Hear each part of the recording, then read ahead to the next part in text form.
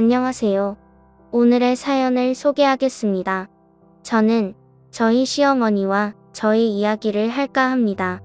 결혼 전 처음 인사를 하러 간 저에게 시어머니는 모진 말을 했었습니다. 시댁집 현관문을 열고 들어가는 저를 보던 시어머니의 표정을 저는 잊을 수가 없습니다. 저를 못마땅해 하다 못해 한심하다는 듯이 바라보았거든요. 그리고 시어머니가 내뱉은 처음 마디가 얼굴이 못나도 저리 못날 수가 있어? 우리 아들 옆에 있으니 더 못나 보이네 그려? 였습니다. 네, 맞습니다. 저는 얼굴이 많이 못났어요. 그에 비해 남편은 얼굴이 정말 잘생겼고요. 저는 그런 남편에게 첫눈에 반하게 되었고 남편을 한참을 쫓아다녔어요. 처음에는 못생긴 저를 쳐다보지도 않았던 남편은 저의 정성에 감동을 한 것인지 저의 마음을 받아주었고 저희는 결혼을 약속했습니다. 남편은 사귀는 내내 저의 간절함과는 다르게 늘 거리를 두곤 했었던 것 같아요. 하지만 저는 그런 남편일지라도 그저 좋기만 했습니다. 저와 결혼을 하겠다고 하는 것만으로도 감사하게 생각했다고 할까요? 사람 눈에 콩깍지가 쓰이니까 답이 없더라고요. 그리고 사람이 얼마나 멍청해질 수 있는지 알겠더라고요. 그렇게 시어머니는 첫 만남에서 저를 아주 못마땅해 했고 그런 시어머니를 보며 남편은 에이 엄마는 무슨 말을 그렇게 해? 사람 얼굴이 뭐가 그렇게 중요해? 마음이 중요하지. 우리 윤지가 얼마나 착한지 모르지? 엄마 나중에 감사하게 될걸? 윤지 같은 며느리 들어온 것을 기라고 제 편이 되어서 말을 해주었어요. 하지만 시어머니는 그런 남편을 죽일 듯한 눈빛으로 째려보았는데 정말 무섭더라고요. 그런 시어머니의 모습에 저는 안절부절한 채 서 있었는데 시어머니는 그런 저를 보며 한마디를 툭 하고 던지셨어요. 그러니까 하는 말이요. 애가 너무 착해에 빠져서 마음에 안 든다는 거요. 라고 말을 하며 다시 한번 위아래로 저를 훑어보았어요. 저는 그런 시어머니의 귀에 눌려서 더욱 주눅이 든 채 겁에 질려서 서 있었는데 남편이 그런 저의 손을 잡고는 자 들어가자. 우리 엄마가 말만 저러니까 너무 신경 쓰지 마. 라고 말을 해주었어요. 그렇게 집 안으로 들어갔는데 첫 인사를 하러 간다고 남편이 미리 말을 해놓았다고 했었는데 준비를 해놓은 것이 하나도 없었어요. 사실 저도 사람인지라 많이 서운하긴 했지만 저는 이 사람과 결혼만 할 수 있다면 다 괜찮다고 그렇게 굳은 마음을 먹고 있었습니다. 시어머니는 커피와 과일을 준비하고 있었는데 그런 시어머니를 도와드리고자 주방으로 들어간 저에게 그냥 앉아있거라. 나는 내 살림 누가 만지는 거 싫어한다. 라며 역시나 차갑게 말을 했어요. 어찌나 단호하고 차갑게 말을 하는지 그런 시어머니에게 감히 어떠한 말을 할 수가 없었어요. 그렇게 거실로 나온 저는 기가 죽을 대로 죽은 채로 소파에 앉지도 못한 채 서 있었고 남편은 소파에 앉아서 핸드폰을 만지작거리고 있었어요. 잠시 후 시어머니가 커피와 과일을 가지고 나왔고 저는 시어머니가 소파에 앉을 때까지 기다렸다가 따라서 앉았는데요. 내가 지금 반대를 해봐야 어차피 결혼할 것이고 그래서 언제 결혼하겠다는 거냐? 라고 시어머니가 물었고 남편은 빠르면 빠를수록 좋지 않겠어? 윤지도 빨리 하는 게 좋겠다고 하고 라고 말을 했어요. 저는 그저 고개를 푹 숙인 채 커피만 들고 있었는데 그런 저를 보며 시어머니는 나이도 어린데 너는 무슨 결혼을 그리 빨리 하려고 하는 거냐? 몇 회 더 만나보고 하는 게 낫지 않겠냐? 라고 물었어요. 저는 괜찮습니다. 빨리 결혼해서 자리 잡는 것도 나쁘지 않다고 생각합니다. 라고 말을 했었는데 그런 저의 말을 들은 시어머니는 깊은 한숨을 쉬었습니다. 그런 시어머니 얼굴에서 무엇인가 알 수 없는 근심 같은 것을 본 것 같아요. 시어머니는 그렇게 근심 가득한 표정으로 그래 부모님께 말씀은 드렸고? 라고 다시 물었고 네 저희 부모님은 성진씨 마음에 들어 하세요. 라고 말을 했어요. 그런 저의 말에 시어머니는 바로 이상한 말을 했는데요. 너희 부모님이 사람 보는 눈이 없구나? 라고 말을 하며 시어머니는 저의 눈을 피했어요. 남편은 그런 시어머니를 보며 깜짝 놀라서 엄마 그게 무슨 소리야? 이렇게 멀쩡하게 생긴 엄마 아들한테 에이 우리 엄마 또 혹시 괜히 심술 부린다? 라며 말을 했고 얼굴만 멀쩡하면 뭐하누? 내실이 튼튼해야지 라고 말을 했어요. 저는 그때까지 그게 무슨 말인지 전혀 모른 채 커피만 마시고 있었는데 사람은 내실이 튼튼해야 하는 거야. 그래야 사람 구출하는 거지?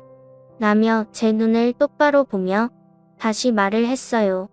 하지만 저는 그때 시어머니의 말을 제대로 이해하지 못했답니다. 시어머니는 그렇게 저에게 무엇인가 문제가 있다는 말을 하고 있었던 것인데 말입니다. 그렇게 셋이서 거실에서 차를 마셨지만 말소리보다는 침묵의 시간이 더 길었고 조금 있다 남편이 엄마 우리 결혼하면 여기 들어와서 살 거야? 라고 시어머니에게 말을 했어요. 그런 남편을 보며 시어머니는 여기를 왜 들어와? 니들끼리 살 거라. 나는 불편해서 싫다. 라며 딱 잘라서 말을 했지만 남편은 아니야 우리 여기 들어와서 살기로 이미 약속했어. 윤지랑 결혼하는 조건이기도 했고 라며 말을 했어요. 그랬어요.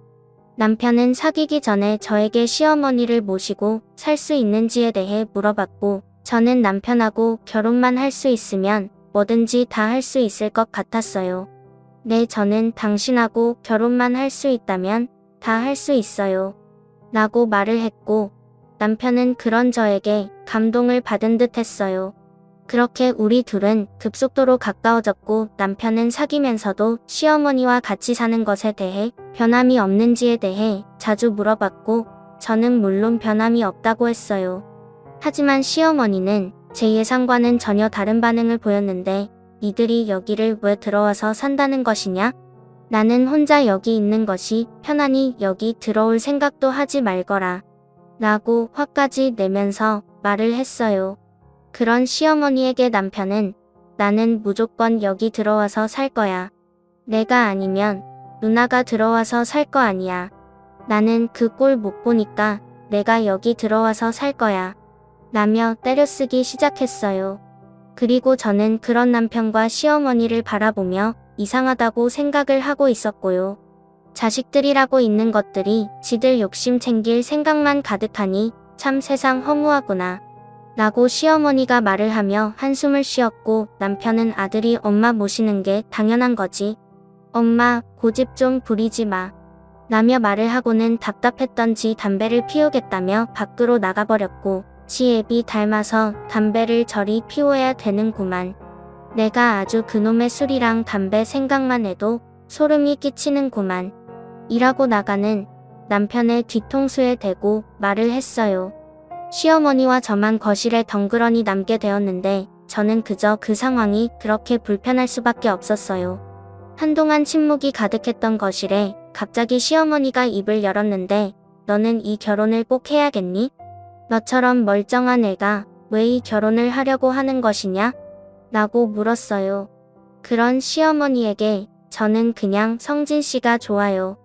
저 결혼하면 어머니께도 잘할게요. 라며 약간은 울먹인 채로 말을 했어요. 여자 팔자 기웅박 팔자인데 남자를 잘 만나야 하는 것인데 라며 시어머니는 말끝을 흐리며 말을 했고 그때 막 남편이 집 안으로 들어서고 있었어요. 그렇게 저는 시어머니의 그런 말은 제대로 이해하지 못한 채 얼마 후 결혼을 했습니다. 결혼을 하고 얼마 후 저는 시어머니가 저에게 그러한 말을 한 이유를 알게 되었습니다. 남편은 제가 생각했던 그런 사람이 아니었거든요. 시어머니가 저희 부모님을 보며 사람 보는 눈이 없다고 한 이유를 알게 되었어요. 남편은 정말이지 쓰레기 같은 사람이었어요. 우선 여자 관계가 정말 복잡했습니다. 결혼하고 바람도 수시로 피어댔고 하루가 멀다 하고 외박을 하기도 했어요. 저는 그런 남편을 기다리며 꼬박 밤을 새우기도 했었는데 시어머니는 그런 저에게 그딴 놈 때문에 왜 밤을 새우고 난리냐? 그냥 잠이나 자거라. 내가 이 꼴 저 꼴 안 보려고 따로 살려고 했는데 아주 지긋지긋하구나. 라고 잔소리를 했어요. 하지만 그때까지도 저의 콩깍지는 벗겨지지 않아서 저는 남편을 많이 사랑했어요. 남편이 바람을 피우는 것을 알고는 있었지만 그래도 결혼은 저랑 했다는 그런 말도 안 되는 자부심으로 살았으니까요. 그리고 남편은 외박을 하거나 그런 날이면 집에 돌아와서는 저에게 그렇게 잘해줄 수가 없었어요. 세상 그렇게 다정한 남편이 없었으니까요. 결혼을 한 뒤 같이 살게 된 시어머니 또한 저에게 잘해주었어요. 결혼 전에는 그렇게 모진 말들을 한 사람 같지 않게 이것저것 잘 챙겨주려고 했어요. 물론 말투가 딱히 살갑거나 그렇지는 않았지만 그냥 시어머니의 행동에서 그러한 것을 느낄 수가 있었어요. 마트에 다녀오시면 이거 하나 사왔다. 전에 보니까 내가 잘 먹더구나. 무슨 케이크가 이렇게 비싼 거냐? 라고 말을 하며 제가 좋아하는 케이크를 사다 주셨어요. 제가 임신했을 때는 딸기가 먹고 싶어서 남편에게 딸기를 사오라고 전화를 했는데 저녁에 남편이 그냥 빈손으로 들어오자 내 마누라가 딸기 사오라고 전화까지 하던데 그냥 들어오냐? 하는 짓이 지 애비를 그대로 빼다 박았구만. 내 마누라 뱃속에 내 자식이 먹고 싶다는데 그 딸기 하나를 못 사다 줘 라며 남편에게 잔소리를 하시고는 급하게 나가셔서는 그 밤중에 딸기를 사다 주시기도 하셨어요. 그렇게 시어머니는 묵묵히 저를 챙겨주셨던 것 같아요. 저도 그런 시어머니가 싫지 않았기에 시어머니를 믿고 의지를 했고요. 가끔 제가 못마땅해서 툴툴거리시기는 했지만 깃끝이 있는 분이 아니었기에 그냥 그때뿐이었어요. 그리고 남편에게는 누나가 한 분 있었는데 누나가 질투도 많았고 저에게 못된 행동도 많이 했어요. 아이를 낳고 병원에 누워있던 저에게 어머 아들이라 다행이다. 딸이었으면 어쩔 뻔했어. 애 인물이 어쩜 이렇게 엄마를 쏙 배닮았냐? 라며 막말을 했고 저는 그런 시누이의 말에 서운한 감정이 들었지만 별로 내색은 하지 않으려고 노력하고 있었는데 엄마의 유전자 검사해봐야 되는 거 아니야? 애가 성진이를 하나도 안 닮았어. 어떻게 이럴 수가 있어? 아무리 봐도 이상하지 않아 라며 진지하게 다시 말을 했어요. 저는 그런 시누이의 모습에 그만 눈물이 왈칵 쏟아지고 말았어요. 이제 갓 세상에 낳은 첫 조카에게 할 말은 아니지 않나요? 그렇게 울고 있던 저에게 시누이는 아니, 왜 울고 그래? 솔직히 이렇게 아빠를 안 닮은 게 이상하잖아. 라고 저에게 다시 말을 했는데 여기가 어디라고 그놈의 주둥아리를 나물거려? 새아가가 문제가 아니라 내 핏줄이 문제지. 딴짓거리는 내 동생이 하고 다니는데 어디서 새아가한테 함부로 말을 하고 난리냐 난리가. 애비나 아들이나 핏줄은 못 속인다 못 속여? 라며 시어머니의 부르렁이 떨어졌는데 아니 그걸 왜 나한테 뭐라고 해? 성진이가 그런 것을 이라며 시어머니에게 되들었고 시어머니는 당장 가거라 쓸데없는 소리 하지 말고 라며 시누이를 내쫓아 버렸어요. 시어머니는 항상 그렇게 겉은 쌀쌀 맞은 듯 했지만 저를 살뜰히 챙겨주었어요. 남편이 속을 많이 섞였지만 사실 시어머니 때문에 참고 견딜 수 있었던 것 같아요. 저희가 시어머니를 모시고 산 것이 아니라 저희가 시어머니에게 얹혀 산 것이나 마찬가지였어요. 그러던 어느 날부터 시어머니의 기침이 잦아지게 되었는데 평소에도 시어머니는 기침을 많이 하곤 했었어요. 하지만 평소와는 다른 시어머니의 기침 소리에 저는 놀라서 어머니 병원 좀 가보셔야 하는 거 아니에요? 요즘 기침 소리가 조금 이상한 것 같아요. 라고 말을 했지만 시어머니는 괜찮다. 내 몸은 내가 잘 안다. 라며 저의 말은 들은 척도 하지 않았어요. 하지만 며칠이 지나도 시어머니의 기침은 나아질 기미가 보이지 않았고 저는 정말이지 시어머니가 걱정이 되었어요. 어느새 시어머니를 저희 부모님 다음으로 의지하고 있었는데 그런 시어머니에게 무슨 일이 일어나지 않을까 하는 걱정이 되었었거든요. 어머니 도저히 안 되겠어요. 빨리 병원 가봐요. 지금 며칠째 기침을 그렇게 하시는데 아무래도 이상해요. 라고 제가 다시 말을 했어요. 괜찮대도 이 앞 약국에서 감기약 사왔으니까 그거 먹으면 돼 라고 말을 했어요. 하지만 저는 그런 시어머니에게 어머니 도대체 왜 이렇게 고집을 피우시는 거예요? 어머니 잘못되시면 저 혼자 애 키우면서 어떻게 살아요? 제발 좀 말 좀 들으세요. 라고 소리를 질렀고 평소에 조용하던 제가 소리까지 지르자 시어머니도 놀란 모양인지 거참 별일 아니라는데 라며 한풀 꺾인 목소리로 말을 했어요. 그리고는 제 손에 이끌려서 병원에 가게 되었는데 검사를 하던 의사가 갑자기 큰 병원에 가서 다시 검사 받아보세요.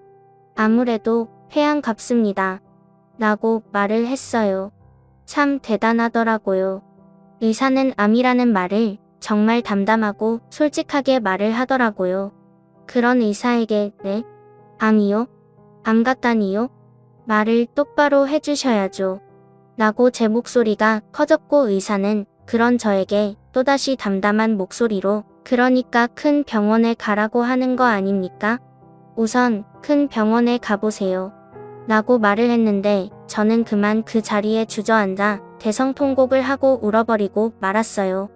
정말 얼마나 멍청한 짓입니까? 보호자라는 사람이 그러고 있었으니 말입니다. 시어머니는 그런 저를 달래며 아가 나는 괜찮다 아직 확실하지도 않다는데 그만 울 거라 라고 말을 했고 저는 그런 시어머니의 말에 정신을 차리고는 어머니 빨리 큰 병원으로 가요. 라며 급히 병원을 나왔어요. 그리고는 택시를 잡아 타고는 남편에게 전화를 했어요. 여보 우리 지금 대학 병원 가는 중인데 당신이 와주면 안 될까? 라고 물었어요. 대학 병원은 왜 가는데? 라고 남편이 저에게 다시 물었고 어머니 다시 검사해봐야 한다고 하는데 라며 저는 울먹이며 말을 했는데 남편은 그런 저에게 야 너 바보냐? 대학 병원은 지금 가도 진료도 못 받아 예약하고 가야지. 어떻게 아는 게 아무것도 없냐? 우선 병원 예약부터 해. 그리고 나 지금 바쁘니까 이따 이야기해. 라고 말을 하면 전화를 끊으려고 했어요. 저는 그런 남편에게 여보 어머니 지금 많이 아프신 것 같아. 의사가 암일지도 모른다고 했단 말이야. 라며 울먹이며 말을 했어요. 아직 확실한 것도 아니잖아. 별것도 아닌데 호들갑이냐? 나 바쁘니까 누나한테 전화해봐. 라고 말하며 남편이 전화를 끊어버렸고 저는 그런 남편의 행동에 놀라지 않을 수가 없었어요. 사람이 어떻게 이럴 수가 있나요? 그리고 저는 우선 시어머니를 집에 모셔놓고는 시누이에게도 전화를 했는데 올케 나 지금 밖에 나와 있어서 통화 오래 못해. 내가 이따가 들를게.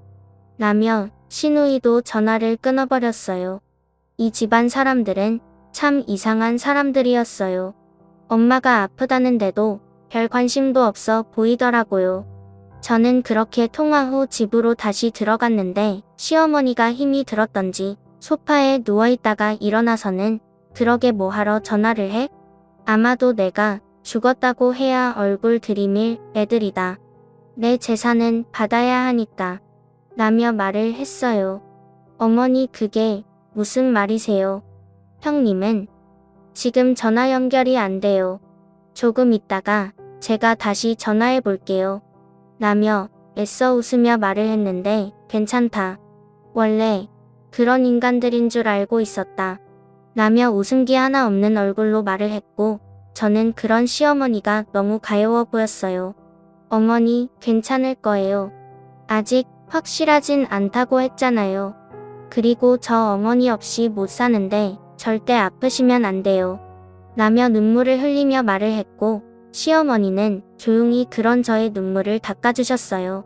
내가 너 결혼한다고 왔을 때 진짜 내가 싫어서 그런 것이 아니었다.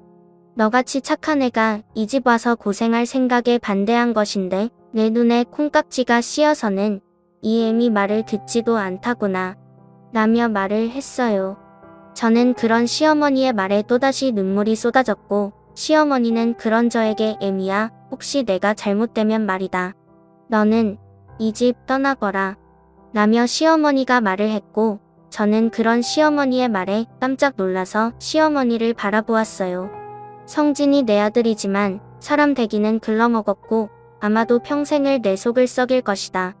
어쩌면 지 애비랑 하는 짓이 저리도 똑같은 것인지 내가 저리 안 키우려고 그렇게 노력을 했는데 안 되더구나. 물려받은 그 피 때문인지 결국 사는 것이 지 애비랑 아주 똑같구나. 술버릇이나 담배 피워대는 꼬라지나 여자의 문제를 일으키는 것이나 아주 그대로 빼다 박았구나. 박았어. 라며 말을 하다 숨이 찬 모양으로 심한 기침을 했어요. 저는 그런 시어머니를 바라볼 수밖에 없었는데 혹시 들었니? 내가 재산이 많다는 말이다.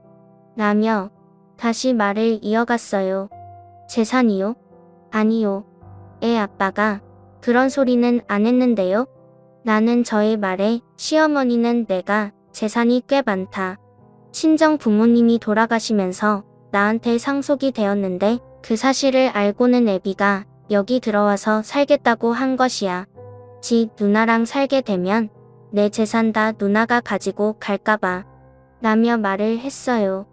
저는 그렇게 알게 되었어요.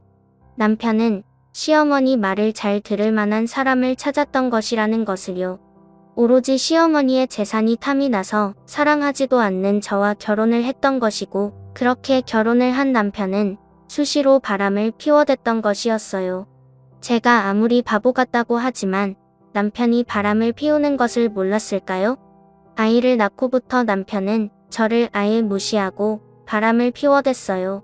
여자들한테 수시로 전화도 왔었고 나중에는 제 앞에서 당당히 전화를 받기도 했었고요. 시어머니 말대로 표현한다면 남편은 한마디로 개차반이었어요. 시어머니는 항상 저에게 참 너도 미련하다. 저런 놈하고 이혼 안 하고 사는 것 보면 이라며 말을 하곤 했었으니까요. 하지만 저라고 그게 쉬웠을까요? 사실 저도 이미 남편한테 질릴 대로 질렸지만 시어머니의 마음을 모르는 것이 아니었기에 그런 시어머니에게 의지를 하면서 버텨냈던 것이었어요. 그런 시어머니가 아프다고 하니 저는 희망을 잃어버렸던 것 같아요. 그때쯤 이미 남편한테 정이란 정은 다 떨어졌고 남편과 저는 거의 남남처럼 살고 있었으니까요. 그리고 얼마 후 시어머니는 암말기 진단을 받았어요. 항암 치료를 한다고 해도 이미 많이 진행이 되어 있는 상태로 방법이 없다는 말을 들었어요.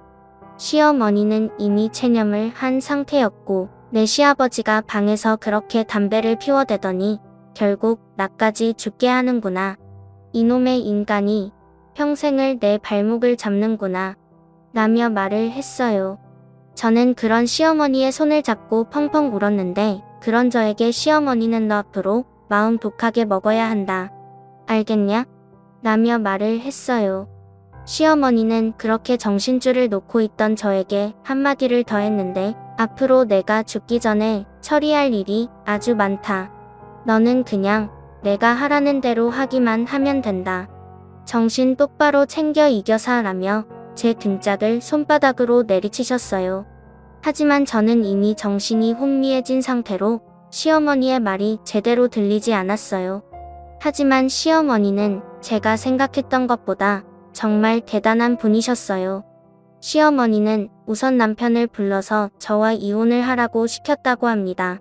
나 죽으면 재산 분할에 문제 있으니 우선 네 처와 이혼해라. 라고 말을 했다고 합니다. 남편은 그렇게 시어머니의 말을 듣고 저에게 이혼을 요구했는데요. 재산에 정신이 나간 남편은 앞뒤 가리지도 않고 이혼을 요구했어요. 저는 그런 시어머니에게 어머니 이혼하고 나면 어머니 병관우는 어떻게 해요? 그래도 제가 어머니를 제일 잘 아는데 어머니 힘들어서 안 돼요. 라고 말을 했는데 시어머니는 그런 저에게 너 내가 정신 똑바로 차리라고 했어. 안 했어. 이겨사라며 소리를 지르셨어요. 저는 시어머니 소리에 깜짝 놀라서 어머니 그렇게 소리 지르시면 안 돼요. 라며 울상을 지었는데 이겨사 남편이랑 이혼하는 마당에 시어머니 병관우는 왜 생각하고 있어. 내가 너 두고 어떻게 눈을 감아야 하는지 모르겠다. 이렇게 세상 물적 모르니 이 엄마가 눈이나 제대로 감아지겠니. 라며 눈물을 흘리셨어요. 저는 도대체 시어머니가 무슨 말을 하는지 알지도 못한 채 어머니 이렇게 아프신데 이혼을 어떻게 해요? 저 그렇게는 못해요. 나중에 할게요. 저도 그 사람한테 정 떨어질 대로 다 떨어져서 어머니 안 계시면 더 이상 같이 살고 싶지도 않아요. 라고 말을 했는데 너 내 말 똑바로 들어. 너는 지금 무조건 이혼을 해야 해. 내가 남은 시간이 얼마 없어. 그러니 당장 이혼 진행하거라. 내가 죽기 전에 마지막으로 하는 부탁이다. 라며 간절하게 말을 했어요. 저는 그런 시어머니의 부탁에 결국 이혼 도장을 찍게 되었고 남편은 아이에 대한 모든 권리도 포기를 했어요. 시어머니가 아이도 저에게 주라고 했다고 합니다. 하지만 저는 그때까지도 시어머니의 생각을 전혀 알지 못했어요. 그리고 시어머니는 저를 만나는 것도 꺼려했는데요. 저는 시어머니가 걱정이 되어 전화를 했지만 전화도 받지 않았고 여러 날이 지난 어느 날 시어머니에게 전화가 걸려왔어요. 아가, 내가 이제 정말 얼마 남지 않았다고 하는구나. 이렇게 말이라도 할 수 있을 때 말을 해야 될 것 같아서 말이다. 라며 숨이 많이 찬 것인지 한참이 지난 후에 다시 말을 이어갔어요. 앞으로 너에게 많은 일들이 일어날 거야. 아마 참기 힘들기도 할 것이다. 하지만 다 견뎌내야 한다. 나하고 약속하거라. 다 견뎌내겠다고. 그리고 절대 포기하지 않겠다고. 라며 말을 했는데 시어머니는 이제 말하는 것조차 많이 힘겨워 보였어요. 어머니, 제가 갈게요. 저 지금 바로 갈게요. 라며 제가 훌쩍이며 말을 했는데 시어머니는 안 돼, 절대 오면 안 된다. 너는 약속이나 하거라. 라며 저에게 다짐을 받으려고 했어요. 그런 시어머니에게 내 어머니, 저 잘 견뎌낼게요. 걱정하지 마세요. 라며 울먹이며 말을 했어요. 그런 저에게 시어머니는 앞으로 다른 사람 눈치 보지 말고 너 하고 싶은 대로 다 하고 살아, 알겠니? 죽으면 돈도 다 필요 없는 것이야. 맛있는 것도 먹고 여행도 다니고 갖고 싶은 것도 있으면 다 사고 있는 돈 다 쓰고 나중에 하늘에서 보자꾸나. 라며 말을 했어요. 하지만 저는 그때까지 시어머니의 말을 전혀 이해하지 못했고 시어머니는 많이 힘이 든 것인지 전화를 끊어버렸어요. 시어머니와 전화를 끊고 얼마나 눈물을 흘렸는지 모릅니다. 병원으로 시어머니를 보러 가고 싶었지만 시어머니와의 약속을 생각하며 이를 악물고 참았습니다. 그리고 얼마 뒤 시어머니는 결국 돌아가셨어요.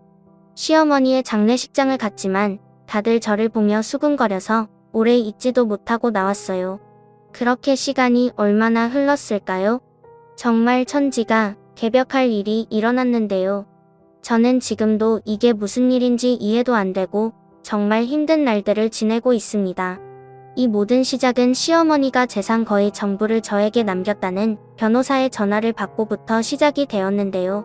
시어머니는 건강이 악화되기 전 이미 유명 로펌에 찾아가서 재산 관련 유언을 남기셨는데요.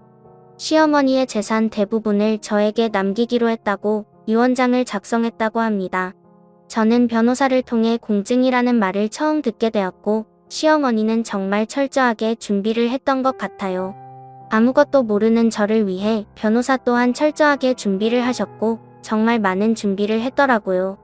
물론 그런 시어머니의 유언에 남편과 시누이는 난리가 난 상황입니다. 그들도 변호사를 고용해서 유사한 반환인가 뭔가를 진행하고 있다고 합니다. 남편과 시누이는 저에게 취도 때도 없이 전화를 해대기 시작했는데 이 역시 변호사가 그 둘의 변호사에게 전화를 해서 앞으로 모든 것들은 변호사를 통해서 이야기를 해야 하며 이를 지키지 않을 경우 모든 협박 대화 내용을 녹음하여 법정에서 분리하도록 하겠다고 상대편 변호사에게 통보를 해놓았더라고요. 시어머니는 이미 모든 것을 계산하고 있었고 마음이 약한 제가 흔들릴 수도 있다는 것도 알고 있었던 것이었겠죠. 저는 지금 그 둘과 소송 중에 있습니다. 지금 정말 많이 힘이 들지만 저는 시어머니와의 약속을 꼭 지켜낼 것입니다. 시어머니가 남긴 마지막 편지에는 아가, 네가 내 진짜 자식이었다. 내 뱃속으로 낳은 내 자식들보다 나는 너에게 더 의지를 했단다. 너는 이 자식을 위해서라도 반드시 이 모든 것을 이겨내거라. 그리고 우리 손주 잘 부탁하마. 내가 너밖에 믿을 사람이 없구나. 너에게 너무나 큰 짐을 주고 가는 것 같아. 이 에미는 그저 미안하고 또 미안하구나 라는 말들이 구구절절 적혀 있었거든요.